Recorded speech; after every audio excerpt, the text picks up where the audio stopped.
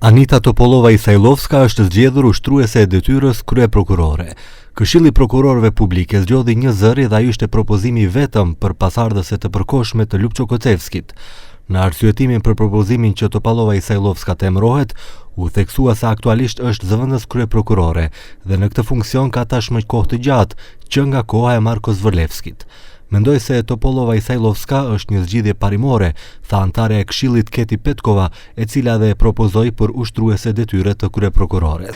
Во континуитет 10 години била заменик. Я знае таа функција и мислам за неа нема да представува проблем за неколку месеци да ја обавува функцијата, не само за неа, туку и за целото обвинителство, тие причини заради принципиелна неперсонално решение. Topolova Isajlovska do të ushtroj funksionin deri në emërimin e një kryeprokurori të ri, për çka pritej që qeveria t'i dorëzoj kuvendit propozim për shpalljen e konkursit, me çka dhe do të fillojë procedura për zgjedhjen e kryeprokurorit.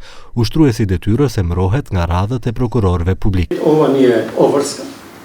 Согласно закон, бидејќи Републичкиот јавен одитор го бира собранието по предлог на владата, а завршител на должност согласно закон е предвидено во вакви ситуации кога некој јавен одитор му истекува мандатот или дава оставка. Ние сме согласно закон обврзани да има континуитет на работата на Републичкото јавно обвинителство, да избираме вршител на должност јавен обвинител. Topolova Isajlovska përkohësisht do ta ushtrojë funksionin e kryeprokurores më së gjati deri në 6 muaj. Emërimi i saj vjen pasi Lupço Kocevski dha dorëheqje para mbajtjes së seancës kuvendore për shkarkimin e tij.